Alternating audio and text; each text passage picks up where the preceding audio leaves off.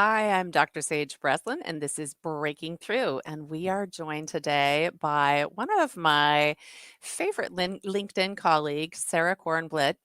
Um, Oddly, I think Sarah and I started connecting the dots during the pandemic, and I am so blessed that she's getting to join us here today live. It's my first time actually meeting her, and I feel like somehow she has been such a presence that I feel like I've known her forever in some ways.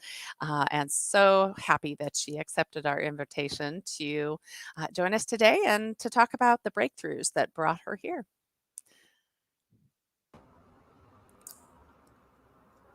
And she's Hi, here, yay! I'm so excited to be here. Yes. Oh, I'm so excited for you to be here. And, I was thinking about, I was watching the screen during the intro, and then it stops, and there's this, you know, musical sort of Shazam, and I hear the waves, and I'm like, oh, maybe I could open the window. Could I hear the waves too? Oh, goodness gracious. Well, how are things That's cool that where you can hear waves I outside. can? Yes, yes, that was my goal. Get my office close enough that I could hear the waves, and these windows don't open, but I can walk out onto my patio, and then I can hear them quite clearly. Wow. So, I'm so happy you're here. I would love for you just to give a very, brief bio of, what you're up to. Maybe I mean, I know you from LinkedIn. So, but I would love for you to share a little bit about who you are and what's important for you, and then maybe I'll ask you more about sort of your journey to where you've gotten to. Okay, great. So currently, I'm a licensed clinical social worker. And so I kind of wear a few hats within that. Um, I work for a social work school, and so I supervise students who don't have on-site supervisors. So I love being in that role of helping to teach like the next generation of social workers clinical skills. I also have a private practice where I see clients for therapy and also executive coaching. And what else do I do? I just started my new venture, which I guess we'll talk about soon, the Thriving Working Moms. And I guess I would also call myself a content creator on social media. Like that's another hat that I wear that doesn't necessarily have like an end goal or like income, but it's more like something that's really important part of how I allocate my time. Yeah, that's I think what's interesting is that is how I came to know you was because of your content. And funny enough, I was thinking like, how far back was it? And this is what I remember of the first time I really said to myself, I want to get to know this woman. It was during the pandemic, and it was during times of really like a big civil unrest and a lot going on and a lot of very kind of pointed language and extreme opinions being expressed. I mean, to the point of some pretty hateful stuff showing up on social media. And I remember that you spoke about it, you explored it just enough and then said, I'm going to take a break from social media because it's not good for me to expose myself to this any longer. And that just struck a chord in me. And I thought, you go, girl, like set that boundary, but not just with other people, but for yourself. It was the intensity of the need for self-care that really, started ringing my bell. And I think I may have reached out and actually sent you an email saying, You hope did. you are okay. And, I'm here if you need anything. That So was so sweet and actually very memorable. So thank you.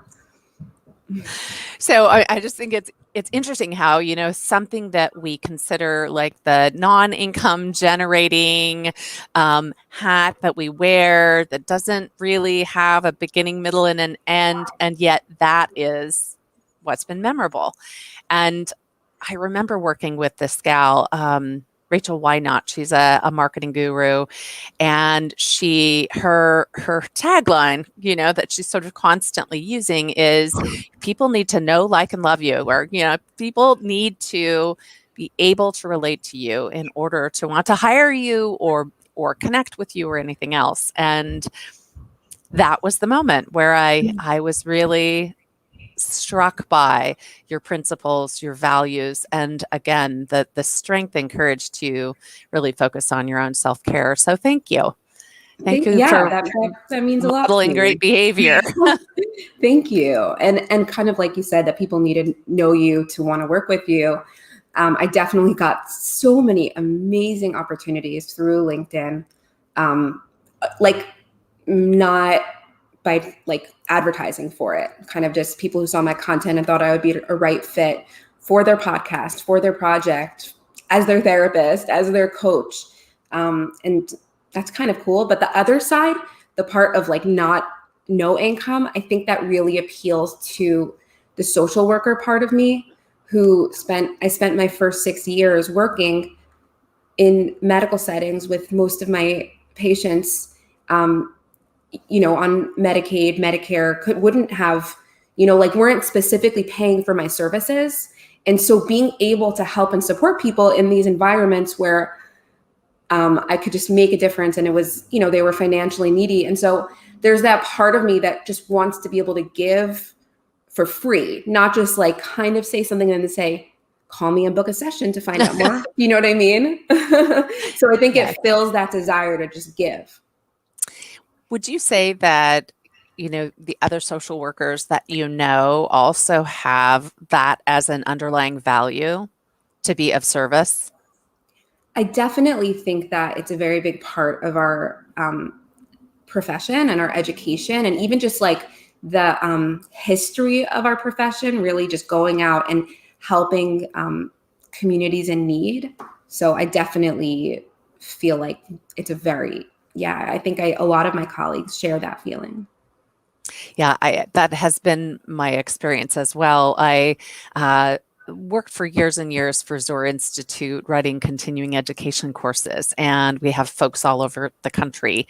And during the last course, we had to pick up the MFTs, the marriage and family therapists here, as well as the social workers. And so while I might spend a lot of time writing for psychologists, this was a great education for me, because I had to read all of the codes of ethics for social work and, everything I could get my hands on to see, how similar were the laws, and, what did I need to fine tune for each kind of clinician. And it was very eye-opening how that the foundation, and as you said, the history of being of service and being involved in community.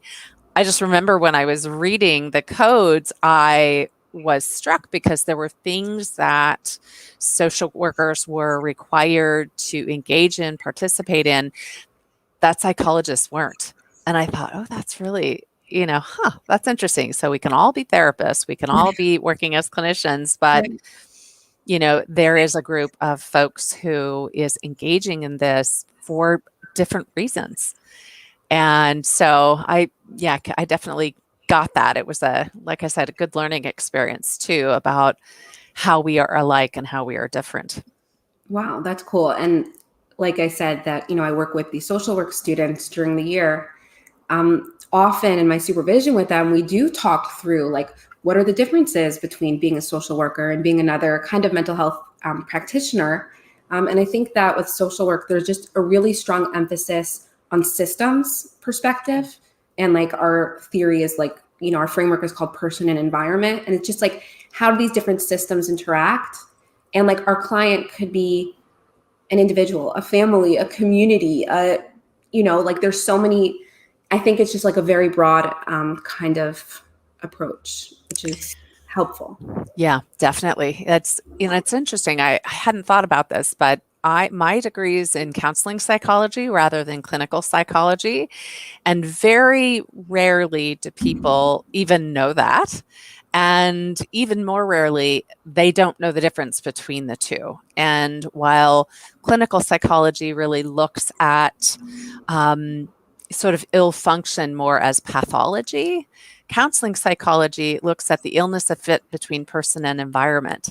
So we look at a person and say, okay, well, they're having all these symptoms. Is it possible that we could do something to modify their environment or help them work differently with the environment, and sometimes get out of the environment?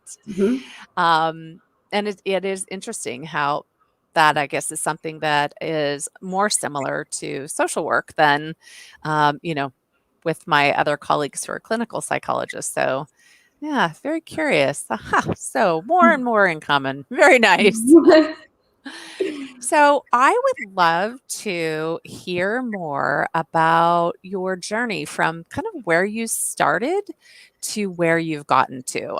I mean, just in a very brief amount of time, I've watched you post and I've watched you take on more executive coaching, and so I've watched some of that, and I'm curious also. I know that there's a background, there's a story about who you are and how that's affected who you've become. And so I'd love to hear, what you can share with us. And yeah, and then I'll ask you more questions that are direct about the kinds of things that helped you break through to this space for in your life. Okay, great. Thank you. So I guess I'll start with the beginning of my career, really. I started social work school. I started my master's when I was 20. So I kind of sped through my bachelor's, and I started at 20. I actually got married in the summer and then started social work school in September. I have to stop you. I may fall over in my chair. I sped through my bachelor's. I got married at 20, and by 21 had started my master's and my PhD. Weird. Wow. Okay. So I relate. This is resonating with me. Wow. Isn't that interesting? Yes. I didn't mean to interrupt. I was just no. wow. That's so cool. Yeah. Big similarities. So you started your master's then at 20? Yeah. And I just want to, because such a big part of my story is my journey as a parent and as a mother, I want to share right now, which is very interesting. I found out I was pregnant with my first child on my first day of social work school. Oh no. Oh my gosh. Wow. Like literally on the first day. Oh my goodness. And so it's it's a lot to do both. But yeah, I mean, for people who haven't been pregnant, it's a lot. Yeah. So as a working mom, I could say like the journey started like at the same time for both. Yeah. Wow. And so it's kind of so my career and my journey as a mother are so tied in, and I've kind of been navigating and balancing the two for the past 10 plus years, 11 years. Yeah. Wow. Oh my goodness. So I'm curious, to maybe grab some backstory. What caused you to choose social work? Great question. So I was actually deciding between social work and psychology. Mm-hmm. I even took the GRE and I did well. I could have I could took a whole course and whatever. And then I really put the two side by side and was kind of looking at the underlying of them and what I wanted to do relate to the number of years of schooling. And so like kind of taking it all into account, I gravitated towards social work, and also the volunteer experience that I did during my undergraduate degree was in a children's hospital. And so like working with families with children who were sick, like having that experience really also drew me more to the social work field where you could be more involved in kind of medical stuff. Psychologists are involved too, but it's just a different kind of way. So yeah. That's extraordinary. Okay. So Again, weirdly resonating. I did that side by side thing too, but my two were either counseling psychology and I don't even know that I knew what that was. Those were the search terms I put in, and I looked at that and special education. So, and I came up with 6 schools in the country where if I started one, I could transfer all my credits into a degree in the other. I really wanted to know I had that flexibility so that as I was learning and exploring, I would be able to really make the right long-term decision for myself. So I ended up having a crazy experience in a group home with severely autistic children. And so right before I ended up moving, I did make the decision in my mind that special education was probably not for me, and ended up going forward with counseling psychology. And I think I made the right choice. I know I made the right choice eventually, but just like you with social work, like you compare them side by side and Mhm. something just causes you to know that this is the thing that's drawing you in that direction. Yeah, and I remember I met with a career counselor, and like she looked at my grades and she said, like, why don't you go for psychiatry? Like, what are you do? Like, she's like, why are you aiming so low? She saw it as a rank. She saw it as a rank. Social work, psychology, Yeah. psychiatry, and like if you're Wow. interested in mental health, just like go all the way. Right. And I mean, I didn't take it to heart because obviously I didn't change my course. But I Mm. think that to me, that just demonstrates a lack of kind of understanding of Yeah. what goes into the work, and that even if it's not as like academic of a career in the same way, like having the ability, being intelligent, having quick instincts, like that's extremely valuable in the field. And also everyone was like, oh, why are you going to social work? You're not going to make any money. And like, I was just like this big believer that if you love something enough and you're like creative, then you can find a way to make it work for you financially, whatever you do, Absolutely. and just rise to the top of whatever you're doing. Yeah. I look at, and this will be unpopular. Maybe everybody will not be watching right now. While I say this unpopular thing, one of the things that, I really sort of grappled with when I started doing more executive and life coaching is I had a lot of people told me, don't tell people you're a psychologist. They won't want to come and speak to you. They'll be afraid. So just leave that off. And it felt so disingenuous. I felt like, no, I worked hard for this. It is part of who I do. It is part of how I think and structure things. So I'm gonna do both. I'm gonna let people know that I do both. And I've had actually really great response to the fact that I'm a psychologist who also offers coaching. And, I've looked at hundreds, maybe more like thousands of coaches out there who've actually not done any sort of degree and have just had a knowingness about something and hung their shingle out. And so, and are making millions and millions of dollars. So it just seems to me that folks who don't understand that, generating income is part of like how, your values about money, how you allow money to flow to you.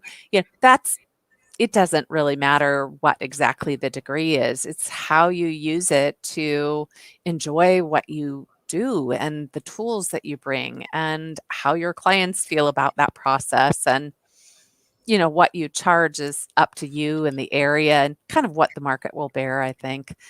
But yeah, the unpopular piece was just I have met a lot of coaches who weren't trained in any way, actually. I mean, I love it when I hear people, doing certification programs. And because I don't know about you, but when I do breakthrough work, it's a deep dive.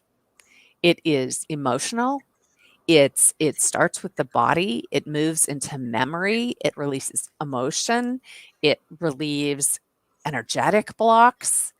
Doing that work, I all the time pop open memories that feel really overwhelming for people. thank God I have the training that I do. I mean, I'd spent 25 years as a trauma psychologist, I think without that training, I don't know. That would just, I think, feel scary to me. Scary for them, like not so much for me, but I would want I would like to think that any of my clients that I work with at any kind of, coaching or counseling would know that they could really trust my skill set, not just what I offered, Mhm. whatever my advert Absolutely. said or what, like Exactly. how do Totally. you, when you're working with your clients, whether it be, individuals or families, groups, communities, as you said, or probably even organizations, what do you notice drives you in your work? Do you, yeah, I could easily say, I mean, there are coaches that have, okay, here's my 10-step process. How do you notice that you do the work or engage in the work? How do you follow that? So you mean like what's my kind of like framework or process in working with someone? Yeah, maybe how do you approach working with someone? Okay, so this like my overall approach is Carl Rogers. He's just my favorite Yeah. person. Um, and that kind of like humanistic Mhm. approach, which is it's so basic, but the most it's the easiest for a client to feel.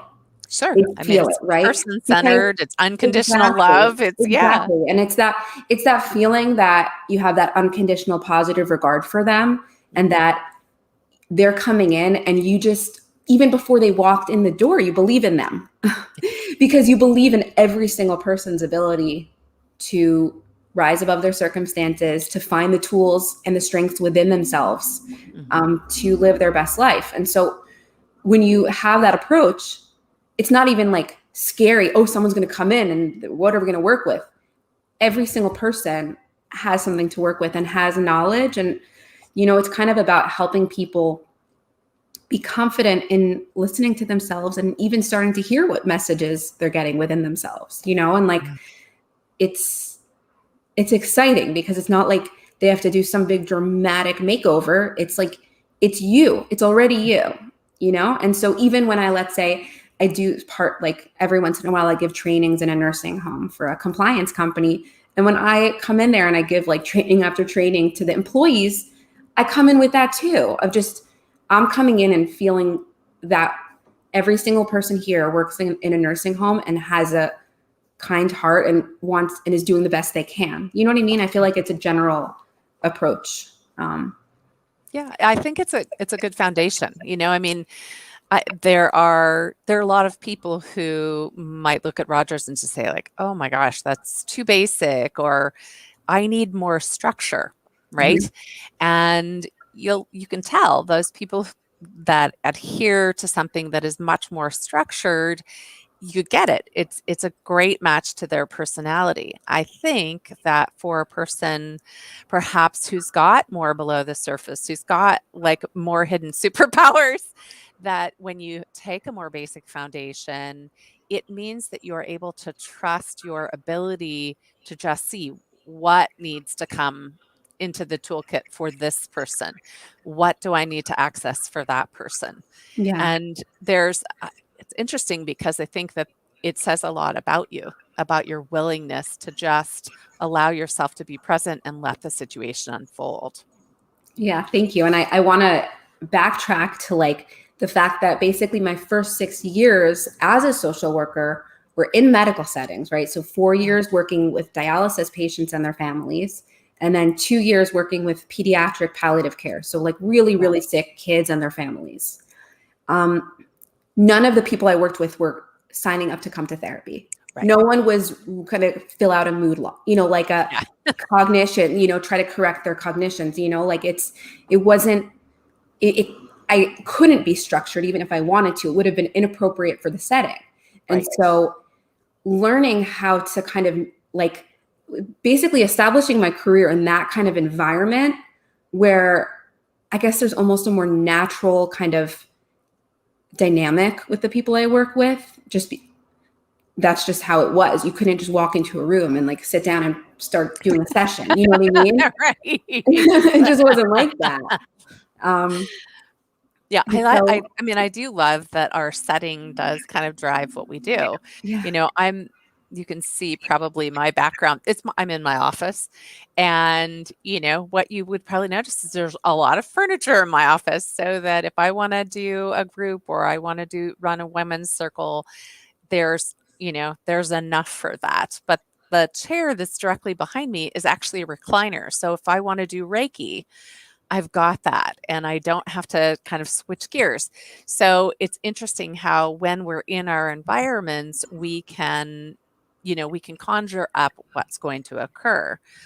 I have people who get really, really anxious sometimes, and being able to step over to the recliner, lay back, put on some very quiet music, and just lead them through guided imagery that helps to bring down their anxiety. It's great. I mean, I love having, even furniture as part of my tools.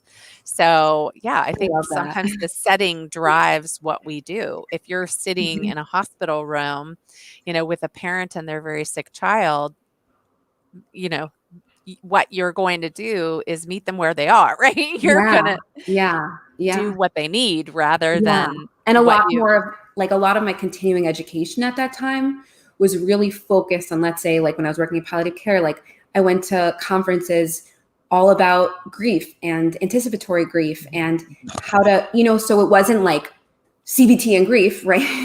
right? it No, was it was a much more, especially with grief, there's so much psychoeducation that needs to happen in regard to like normalizing, because like that's yes. common. Someone will be grieving and they'll feel like they're doing it wrong, and like Right. you're not doing, there's not a wrong, right? There's no wrong way. Even Yes. last summer I did a training through, I think it's Columbia School, for complicated grief. Mhm. I did like that training, but it's very structured. It's, and Yeah. kind of, this is with people who 6 months after a loss, they feel like very, very unable to really function the way they want to. Yeah. So it's kind of just using the tools that I need for the individual, Yeah. rather than picking them out before they get there. Yes, exactly, exactly. It's interesting. I have a group coaching program that I run, and I have a self-study that mimics that to a certain degree. It just doesn't have the live coaching with other people and with me.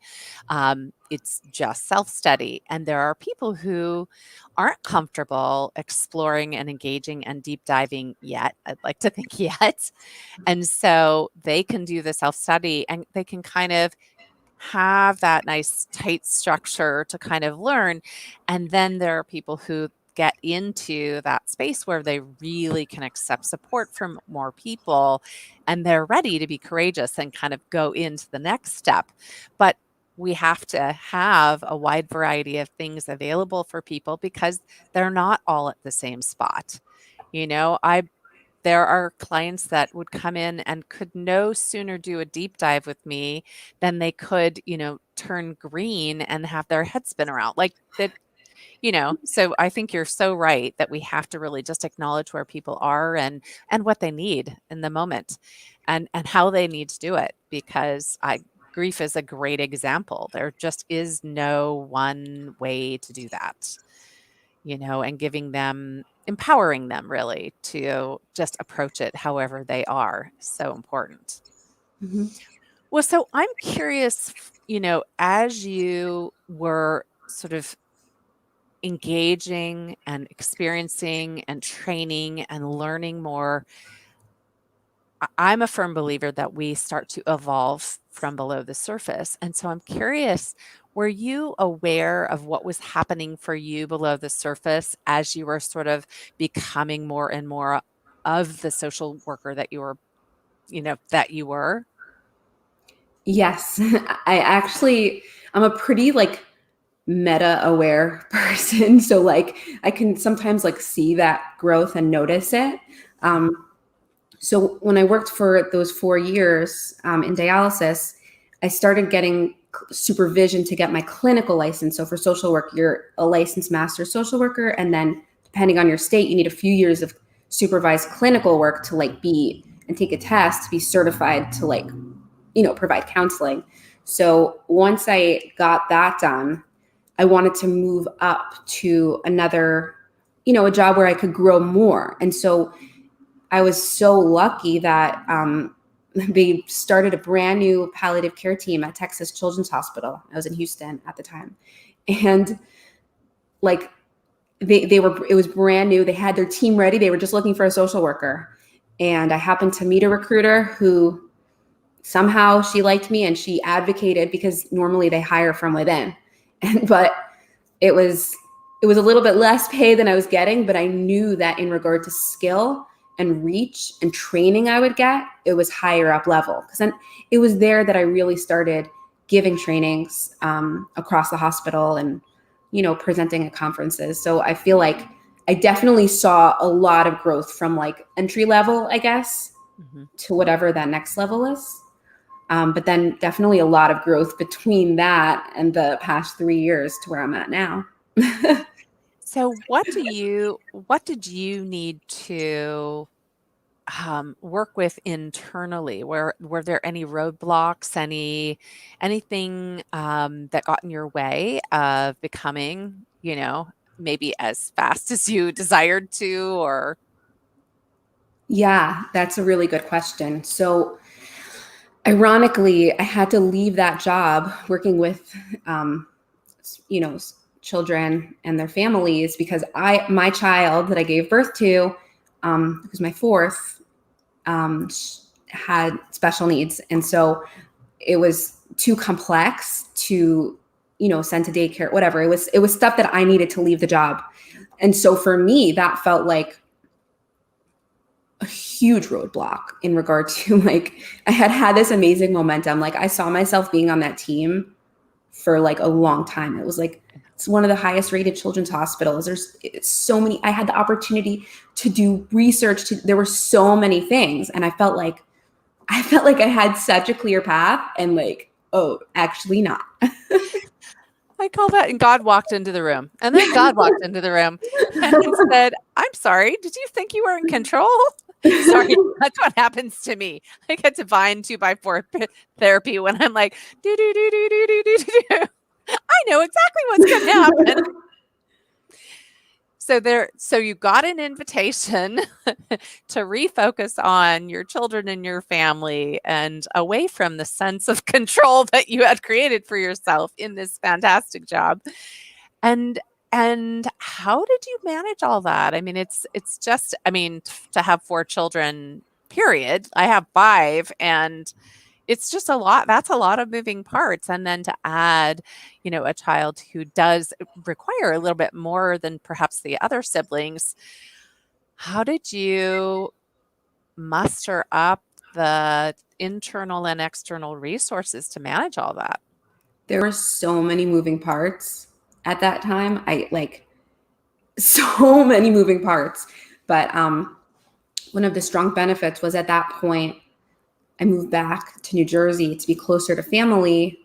And during a time like where there's that upheaval, and also at the time I was getting divorced, having a really strong support system, like right there, it definitely made a huge difference in helping it feel a little less chaotic, than it was. But interestingly, because I moved to another state, so I moved to New Jersey where I was not licensed to practice. And so at that point, I basically took a year of just settling and figuring things out. And at that time is when I started to really post a lot on LinkedIn and decided I am not going to let go of what I love so much. I'm going to direct my energy right now at continuing to be a social worker, continuing to help, continuing to teach.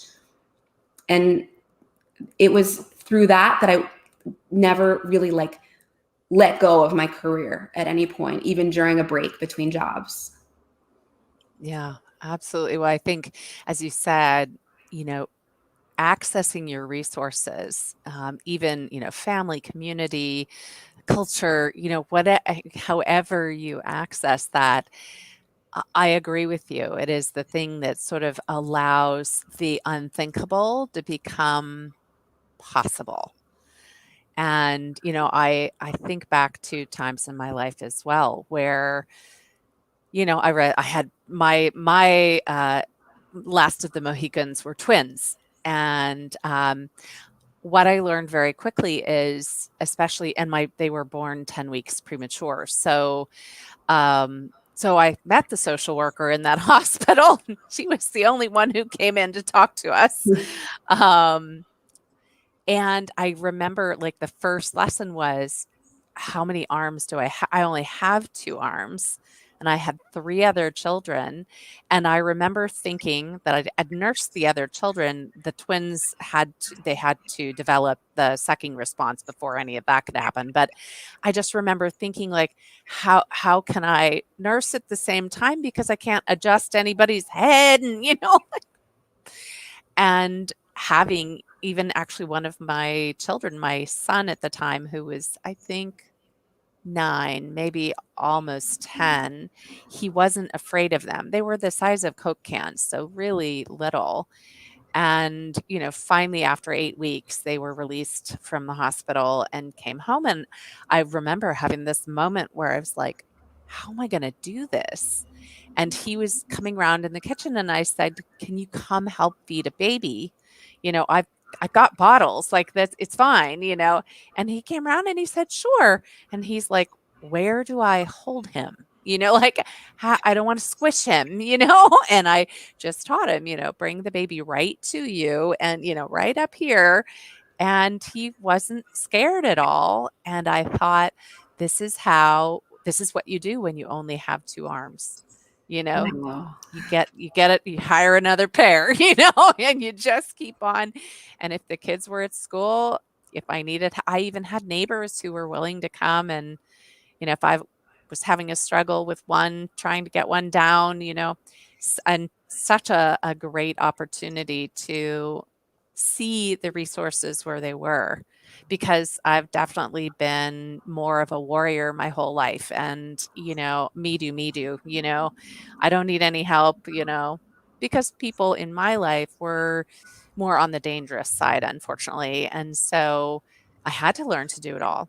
And, I'm thankful for it, but I'm also very mindful of how that is limiting and how it doesn't allow one to learn to receive. So I remember at that point where, like, you can only do what you can physically do, right? You can put a baby on your lap and you've got one holding here and you're turning around for the one behind you. And so I loved the fact that you were able to trust where your resources were and that you could engage with family and community to make it easier, because at that moment in time, it really might not have been. It really Yeah. could have been a nightmare. Yeah. No, it was definitely an experience of like radical acceptance of needing help. Like Exactly. I called a local high school. I had a volunteer come and like, play with my kids one day after school every week. Like I just Yeah. used whatever resources I could. Definitely my social work case management experience helped with finding the resources that I Yes, needed and getting them lined up. So. absolutely. So I'm curious, and I know we're rapidly running out of time. I would Wow. love to know, like, for you, if you had a breakthrough moment or you had the experience of having to unravel something so that you could move through and move forward.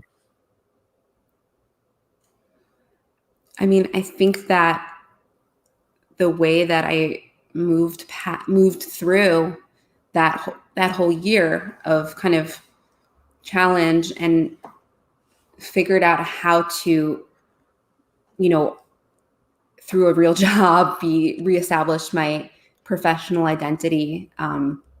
I wouldn't say I've really had like any aha moments as much as a really slow process of acceptance of the various challenges and just accepting them for what they are. It's kind of a more of a slow process, I think. Yeah. But the good thing is because I have so much knowledge and experience with grief and the process of grief, I'm able to like kind of smoothly apply it to like any challenging circumstance that is not the way you would have wanted it to be. So like, you know, kind of validating and allowing myself to have a process with each challenge, you know? Yeah. Um, That's beautiful. I think that there are so many of us that focus on this thing or this value or that piece or that element. And acceptance is one that maybe we need to pay more attention to. Because as you said, and you said this when you began, that part of your theoretical foundation was acknowledging that you are the solution. It's already with you. It's maybe uncovering it. I love to say I have a bigger flashlight. You know, we're going to find the way together. It's all there.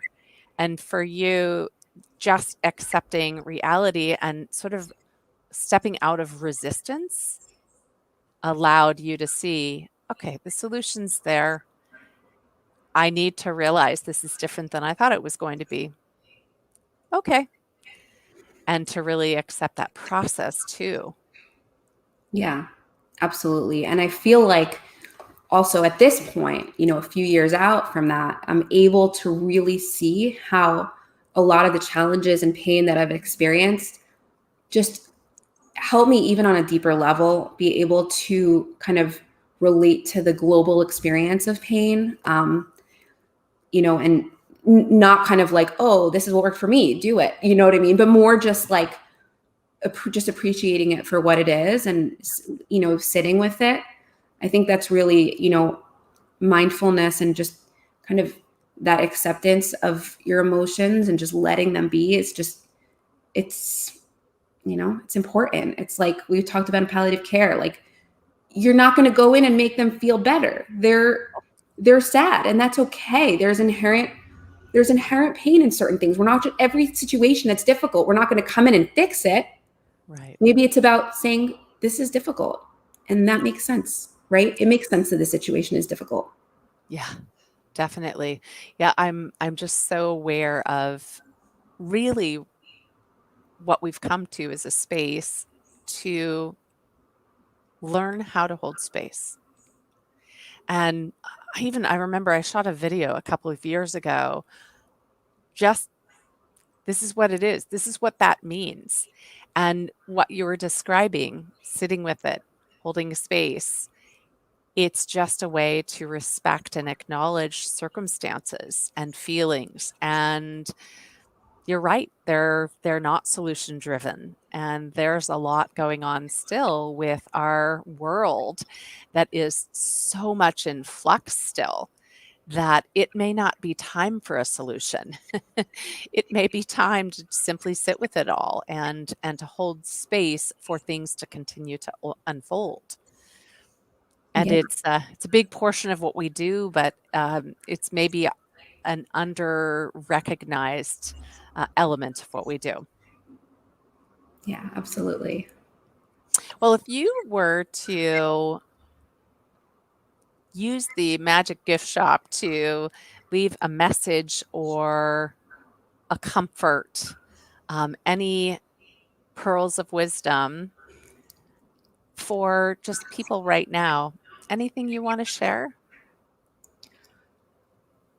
I mean, I think that right now where we are as a world, you know, after going through a pandemic and seeing it for what it is that a collective trauma, right? Every time you have a runny nose and you think you need to run to urgent care, that's you know, that's a kind of hypervigilance. That's traumatic. And recognizing that whatever the path to returning to some level of normalcy, it's okay if there's a process. Just like I was saying, it's okay. It was difficult. You don't need to just be like, oh, well, now it's better, bounce back, boom. Like it was really challenging in so many ways. And so I definitely think this principle of letting something be difficult is sometimes, interestingly, the fastest way to move forward. Yeah, absolutely. Very good. So just as we are finishing up, I would love for you to tell us about your Thriving Working Moms. Oh, thank you. Yeah, so I just launched this new initiative last week, which is basically building a community of busy working moms who maybe don't even have time to read a book about how to have mindfulness or take a course or maybe take out the time to do counseling. And so kind of providing a community of support on multiple levels, right? There's mindset, there's self-care, there's parenting, because so much of the parenting stuff out there, it's like it assumes you're a full-time parent, and the amount of intensity it gives, like it can feel like a failure as a really busy working mom and even reading the techniques, let alone trying to implement them. And so kind of just like, looking at these different things and also nurturing your career and not feeling guilty about loving your career as a mom. So these are all different elements, and I'm creating different tools and resources, and hopefully down the line, different courses, but just, thinking from that realistic experience, what can make a difference and help more moms feel good about their lives. Oh, that's fantastic. I can't think of any downside to that. That just all sounds wonderful. And how can people reach you if they want to work with you, if they want to participate? How can they reach you? Oh, thanks for asking. So I'm definitely reachable on LinkedIn. Pretty easy to reach me. I'm pretty liberal with accepting friend requests. And my website, thethrivingworkingmom.com. So I was so excited that that domain was available. Oh my gosh, yes. I'm excited for you. Perfect. Wonderful. Well, I know that, all of our viewers, and right now we're streaming to Facebook and into YouTube. Hopefully by next week or so, we'll be streaming to LinkedIn as well. And I'm sure that people will be jumping on to take a look at the new website and to engage and meet with you. Amazing. Thank you so much for having me on here. It's such a pleasure to speak to you and get to know you better. I am still sort of wowed by how many little things that we have in common that we just didn't realize. Yeah. Wonderful. Well, thank you for joining us. Again, has been my real pleasure getting to know you more and hearing a little bit about your journey and about the ways in which you broke through from, one level of your clinical style and career, but even in your life, and then what you've created and invited now into your life. So thank you so much. I appreciate it. Thanks.